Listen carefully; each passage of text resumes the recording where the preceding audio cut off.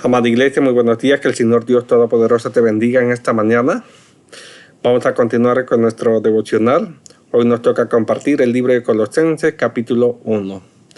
El libro de Colosenses definitivamente es una de las epístolas de Pablo.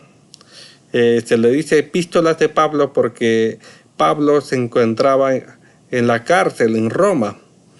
Pero Pablo, estaba en una cárcel. Era como una casa que él no podía ya salir de esta casa.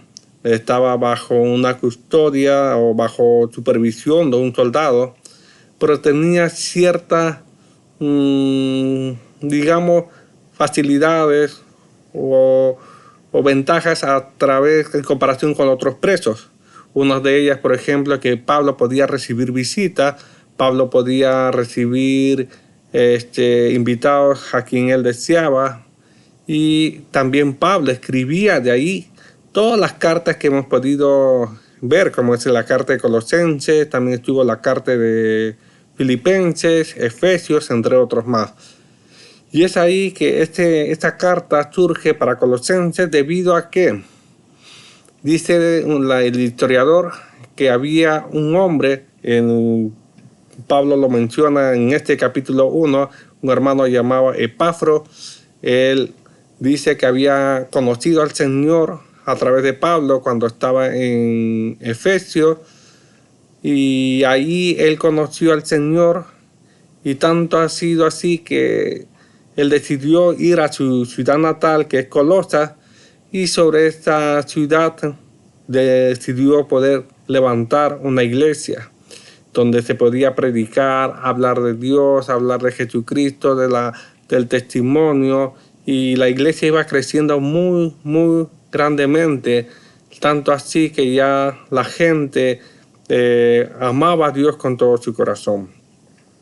Llega un tiempo en que entra una corriente en esta iglesia donde, que a pesar que entre comillas eran cristianos, que querían distorsionar la verdad de la palabra de Dios.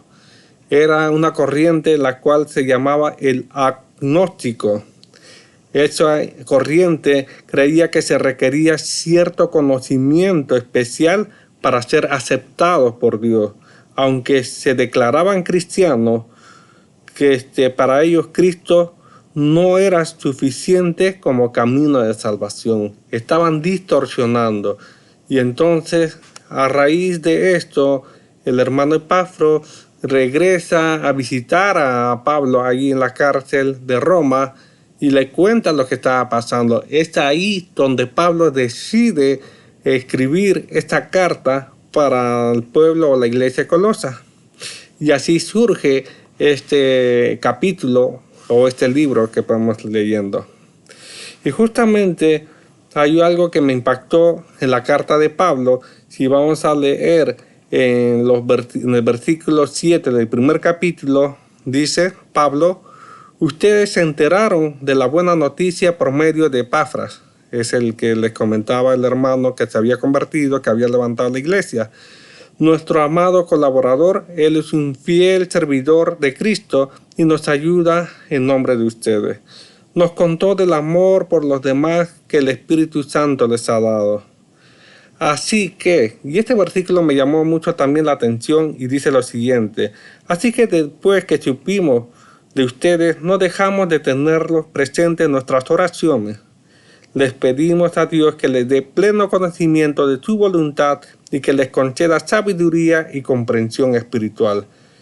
Y debemos nosotros aprender este punto, porque Pablo en este momento no conocía a los miembros de esta iglesia, los integrantes. Simplemente el amor que tenía por Dios, el amor que tenía por su prójimo, él oraba, y de esta manera, para que Dios le diera el conocimiento de su voluntad de Dios y que les concediera sabiduría y comprensión espiritual para que puedan discernir lo que está bien o lo que está mal. Hoy en día te vas a encontrar con diferente gente que tal vez dicen que yo vengo de Cristo y te puedan compartir la palabra de Dios, y tal vez, como dice la Biblia, en los postreros tiempos muchos serán arrastrados a esa falsa, entre comillas, doctrina que supuestamente dicen que es la verdad. La única verdad que nosotros debemos tener en claro es la palabra de Dios. La fuente inagotable es la palabra de Dios. Si yo te estoy compartiendo algo, tú debes escudriñarlo. Y realmente lo que yo te comparto, lo que yo estoy hablando contigo, está dentro de la palabra de Dios. Es así que Pablo se interesaba y le pedía a Dios que pueda llenarlos de sabiduría, de conocimiento espiritual, para que ellos sepan y disciernan cuál es la verdadera doctrina.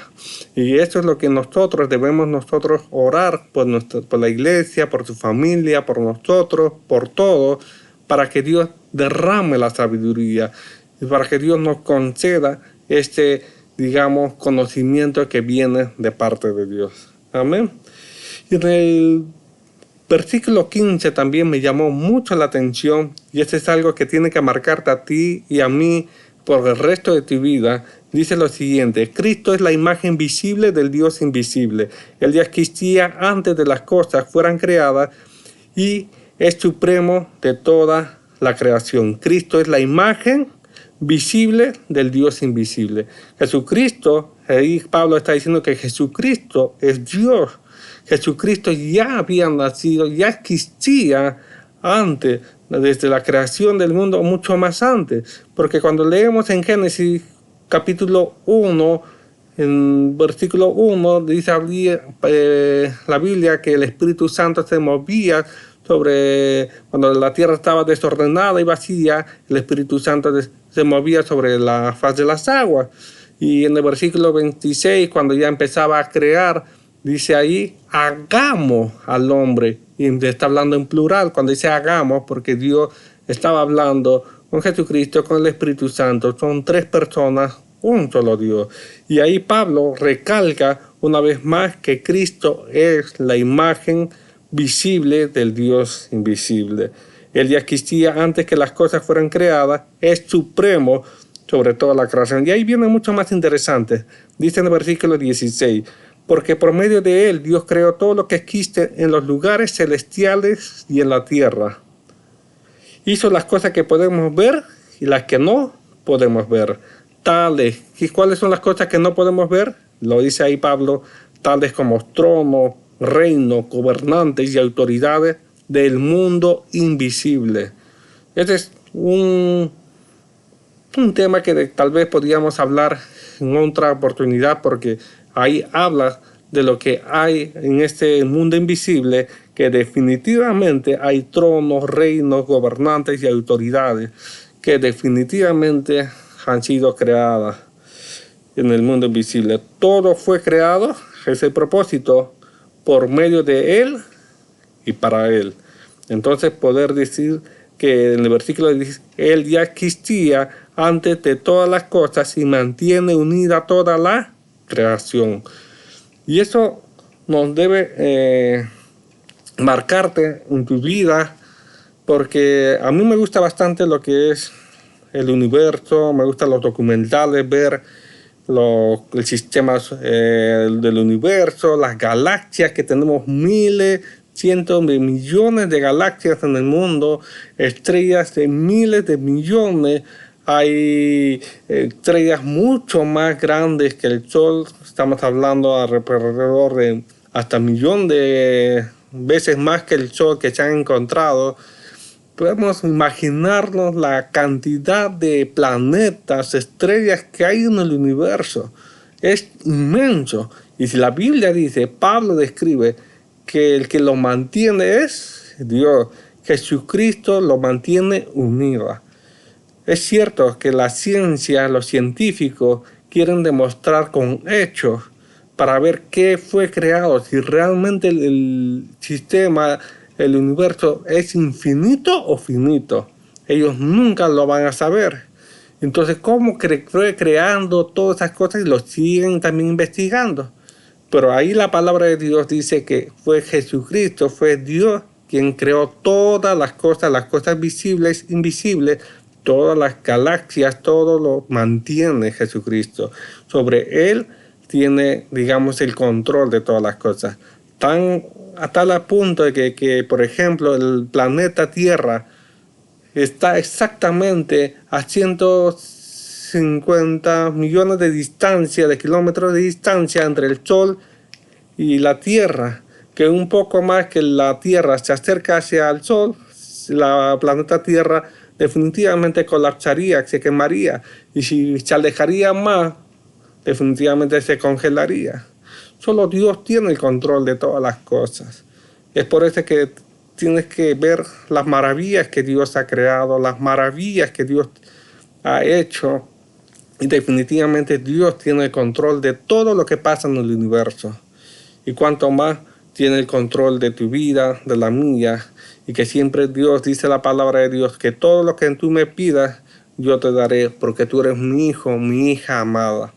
Se me acaba el tiempo. Que el Señor Dios Todopoderoso te bendiga, y te pido por favor que después de este video tú puedas leer este capítulo completo y que puedas escudriñarlo, y que definitivamente este capítulo te marcado para cada uno, para ti y para mí, y es una gran bendición. Que el Señor Dios Todopoderoso te bendiga. Nos vemos en la próxima oportunidad. Bendiciones.